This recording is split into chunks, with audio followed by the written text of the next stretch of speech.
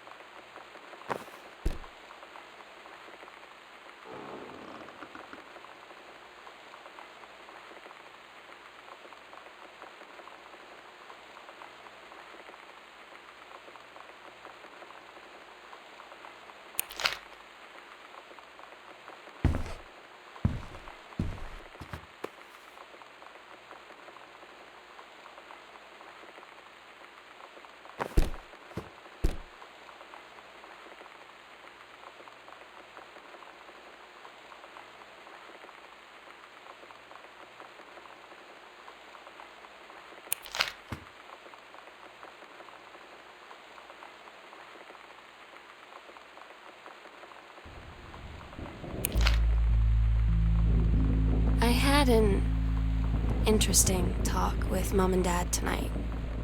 One you were never gonna need to have.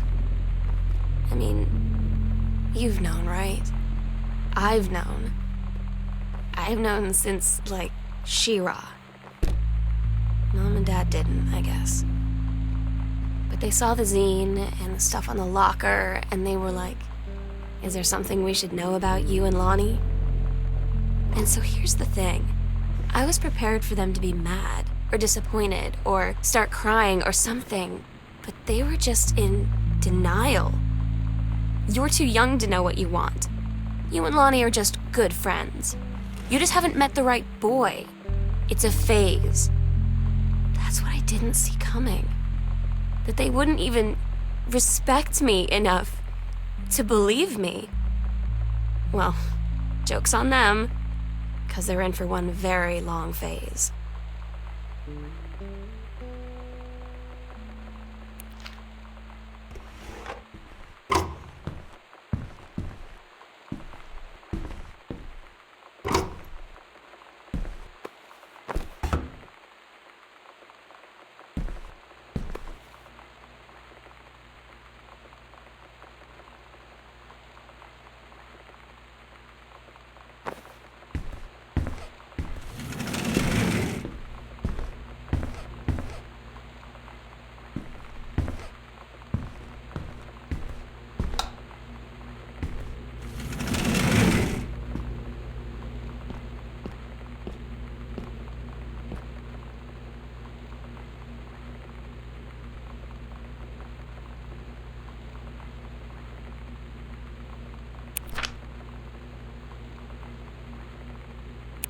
Daniel finally came over to get his game. I'd been dreading it. But he brought this story with him that I wrote when we were little. I started reading it, and then there I was, crying at the kitchen table. He asked what was wrong, and I was thinking about how we used to be friends, how much I'd taken for granted. But instead, I told him about school, and Dad, and Lonnie. And then how sorry I was that I wasn't his friend anymore. He gave me a hug and said it was going to be okay. For some reason, I almost believed him.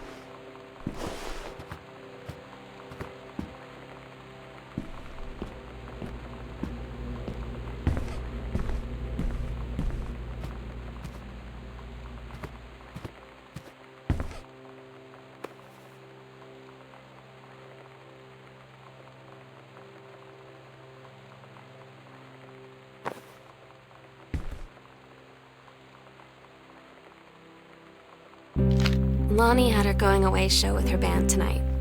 She's so incredible on stage. When she was singing, I could practically forget everything. That we only had 48 hours left. That I don't know what comes next. That I can't live without her. Then she dedicated the last song to me. And I couldn't take it. I was out on the curb in the alley, sobbing till my ribs hurt. I would follow her anywhere, Katie. But I can't. Where she's going. After a long time, she found me. She said she was sorry. She said, I wish things could be different. I just wanted to make you happy. I said, I don't think you can anymore.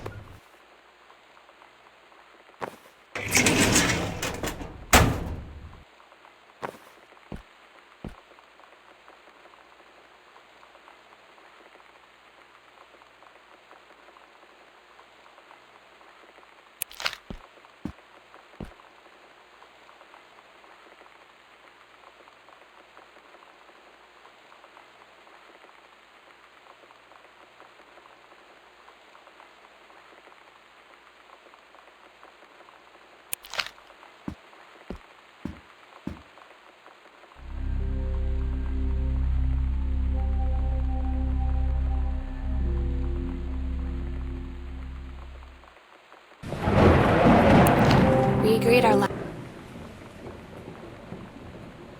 happiest ever, and we'd forget tomorrow was going to come at all. It worked for a while. We had a good time seeing Oscar off, then ran up to the attic to look through our photos, to find one for Lonnie to take with her. And looking at them, I realized they were all in the past, and there wouldn't be any more. I didn't know what I was going to do. And I cried. And she held me. She said she knew it was hard, but life would move on. I said I didn't want my life to keep moving without her. That's when she cried too. I was so exhausted. I must have fallen asleep like that, in her arms. In the morning, I woke up. And I was finally alone.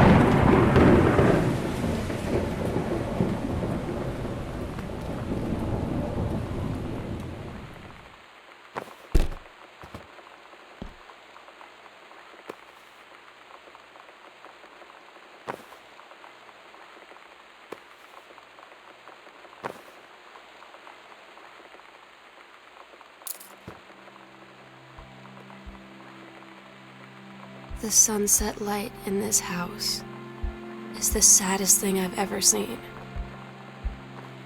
I just want to sleep. When I'm in the attic, it almost feels like Lonnie could still be here. She's just downstairs. I'm just waiting to hear her pull down the hatch and come running up. Maybe I'll go up to the attic and wait.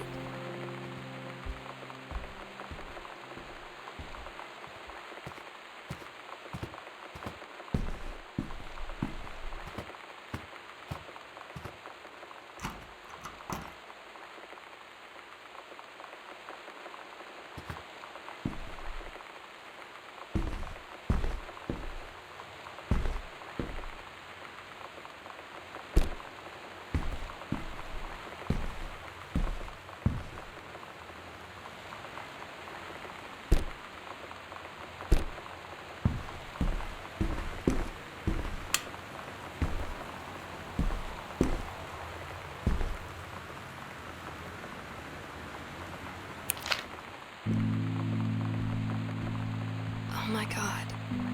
Katie, I fell asleep in the attic, in Lonnie and my old spot, and I missed the first 2 calls.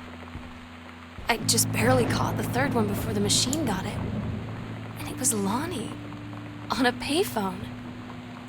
She'd been on the bus to Basic, and she said she couldn't think of anything but me and us, and that she couldn't go through with it, with the Army and being apart and all of it. And so she got off the bus in Salem. She said, "Sam, I want you to pack up everything you can and get in your car and come find me. And let's just drive until we find somewhere for us." And she asked me if I could do that. And I said yes. Yes.